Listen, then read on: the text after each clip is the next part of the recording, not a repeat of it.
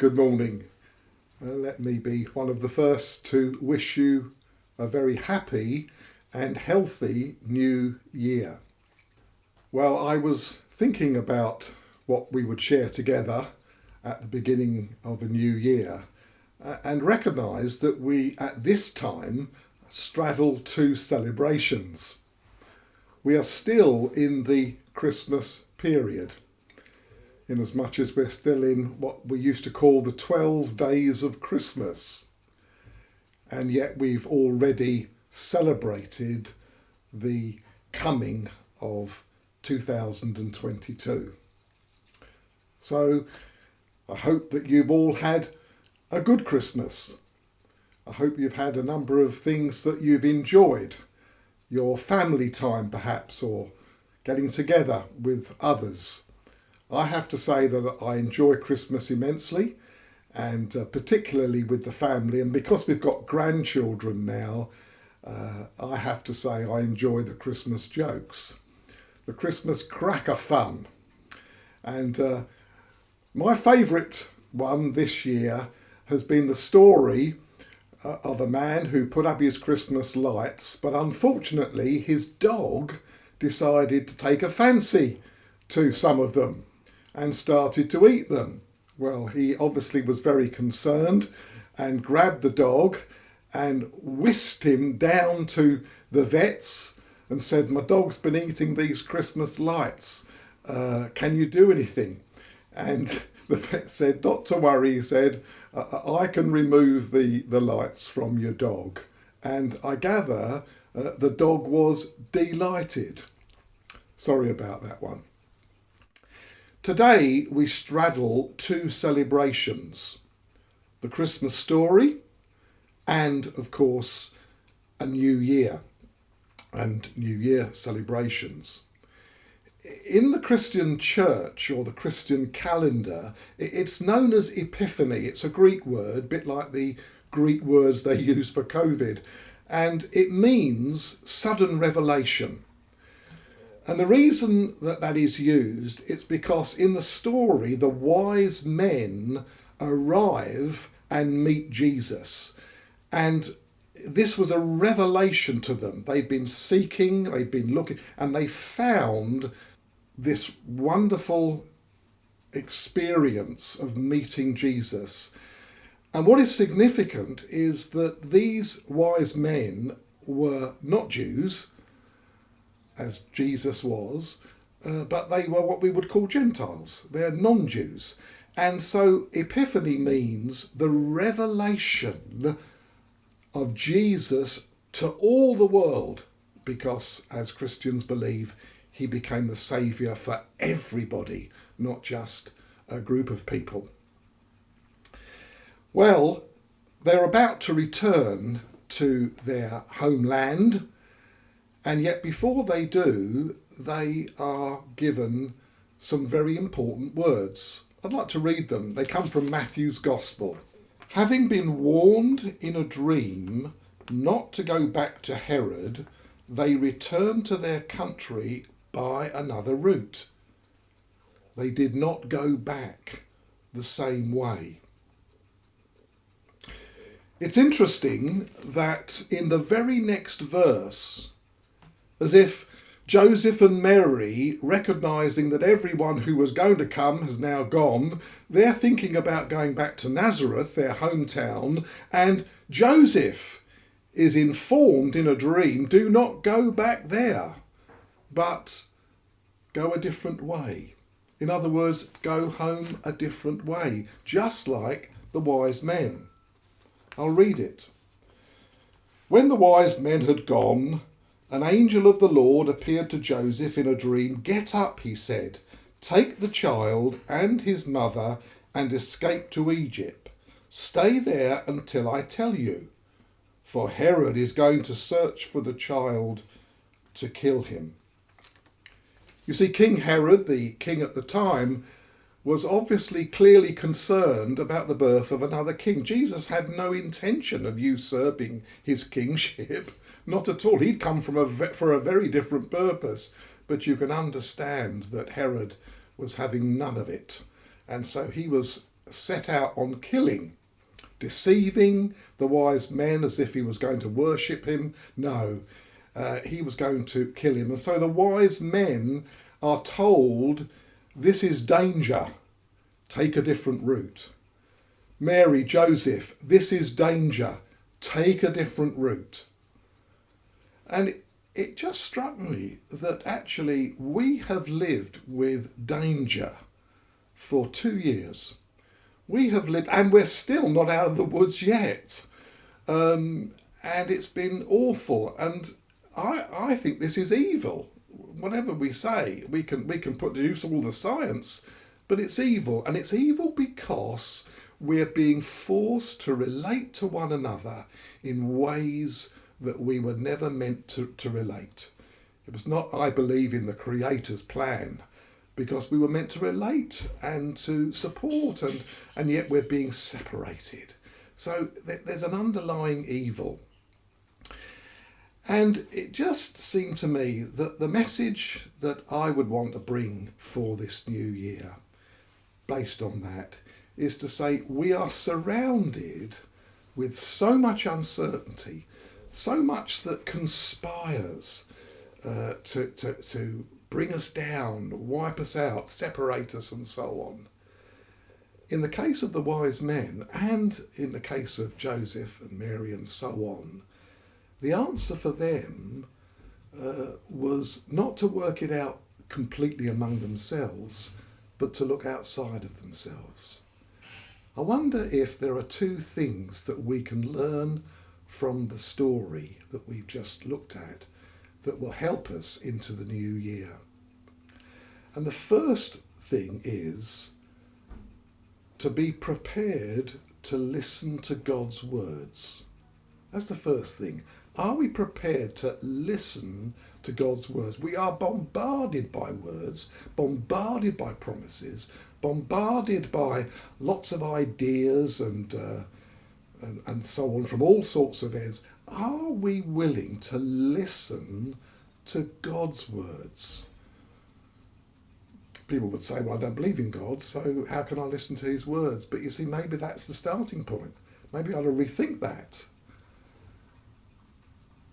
Am I prepared to listen to God's words? Where would they come from? Well, there is a sense in which God is able to communicate directly to us. We would say by his Spirit. In this occasion, we're talking about a dream. But there's very many ways that actually God can communicate with us. Problem I find is that it's not so much he's not willing to speak, more are we willing to listen. I have to be honest and say there are a number of occasions when my wife Christine will be talking to me and then I'll say something and she said, I know you weren't listening. And I have to kind of backtrack. Yes, sorry, could you say that again? I wonder what hinders us from listening. I wonder what hinders us from listening. Maybe it's actually I'm too busy with my own ideas. I'm too busy in what I'm wanting to do and to do it my way. Maybe we've got to think about, maybe I need to stop and start doing some listening. Maybe it is that we struggle to listen because of some vows that we've made to ourselves. I want nothing to do with Christian faith. Or, on the other hand, I know what this means and I'm not allowing anybody else to tell me differently. I've always done it this way. I'm not really very comfortable. I don't think at my age I can change. Just ask yourself those questions. What is it that might hinder us from listening? I'm concerned about what I might hear, what he might be saying. Can I just say, one of the fears that people have is that I won't listen to God because he will make me do something I really don't want to do. And if I don't listen, I won't hear and I won't have to. Can I make a point here? We've got to start from the point that God wants the best for you. And if he wants the best for you, we've got to lose that feeling that I can't listen because it's too challenging. Actually, sometimes he doesn't ask us to do anything that he knows we can't do, or he doesn't ask us to do anything that we can't do with his help. So I wanted to make an appeal at the beginning of the year. Are we willing to be open and listen? And are we willing to hear, perhaps to do and be differently to what we have been doing? You see, it seems to me that one of the things that COVID has brought over these years is such a change in the way we do things. We've actually got new habits now, and sometimes those habits have alienated us and we're not so keen to come back. Always remember that in that story, both for the wise men and for Mary and Joseph, it was not go away somewhere else, but actually go back a different way. They were still going home, and we mustn't lose sight of that as well. So that's being perhaps willing to listen to God's words. The question is, though, is that just going to be a thought for the new year, or are we going to act upon it? And so the second thing I think the story begins to tell us is about acting. Are we willing to launch into God's ways? So the first thing is, are we listening to his words? The second thing is, are we willing to launch into his ways? I don't know. I'd like to tell you a story, though, of an example of a circumstance that caused a township to change direction.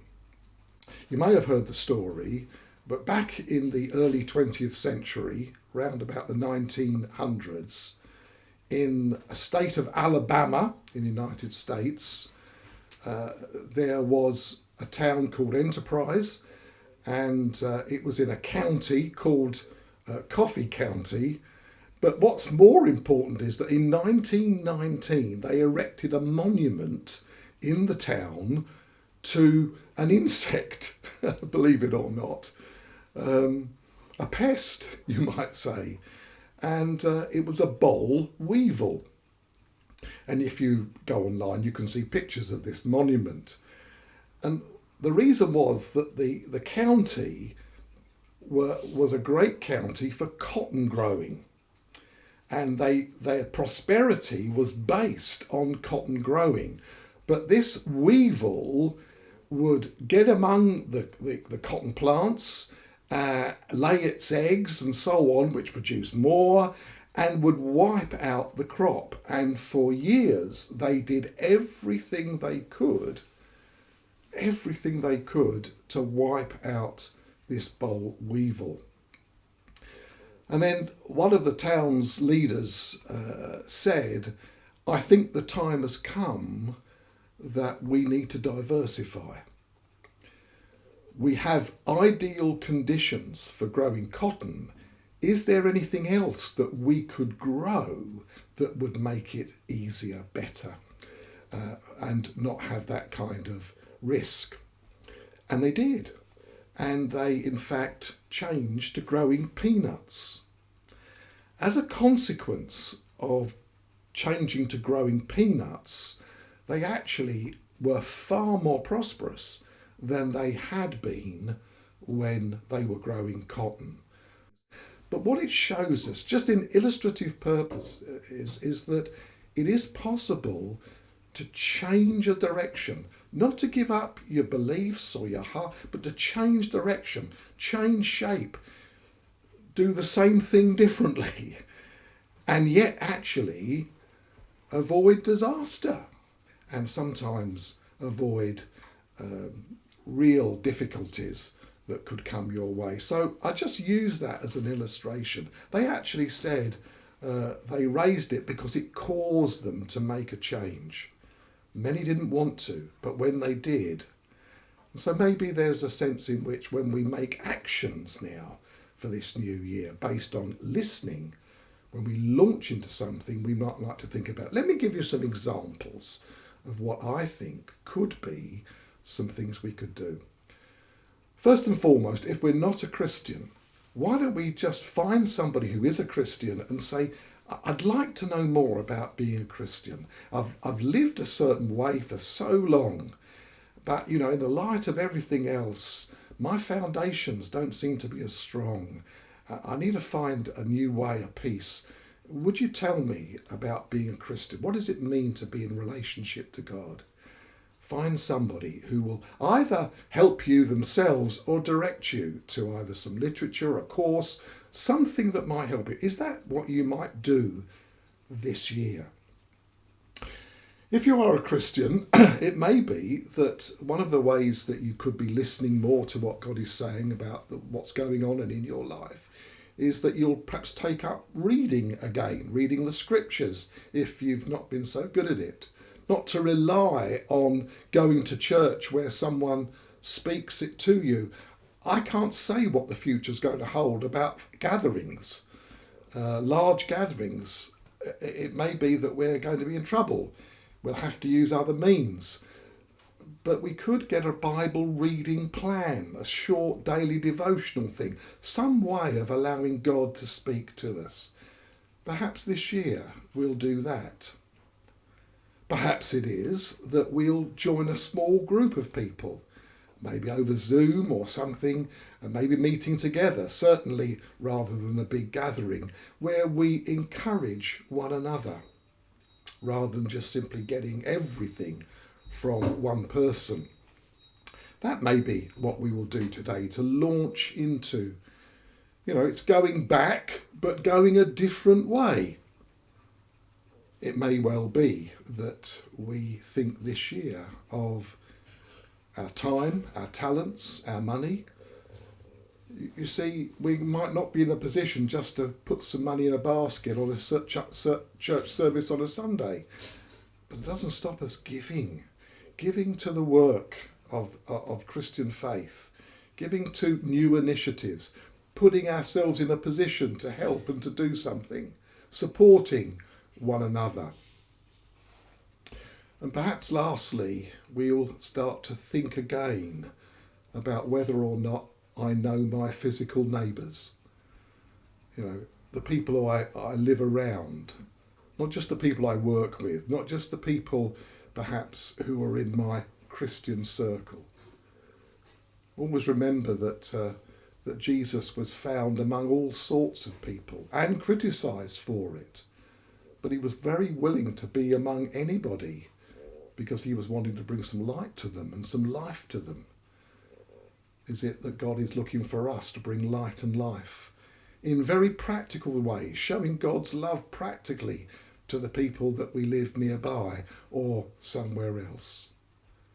I guess the message really is, are we listening to God as he leads us through and out on our journey back? And are we willing to launch into new things, new shapes, new ways of being a Christian and living out that Christian life in ways that others could benefit from? I hope and pray that this has been some help to you, and would once again say, I pray that we'll go into this new year together, but with a fresh vision and fresh action. Amen.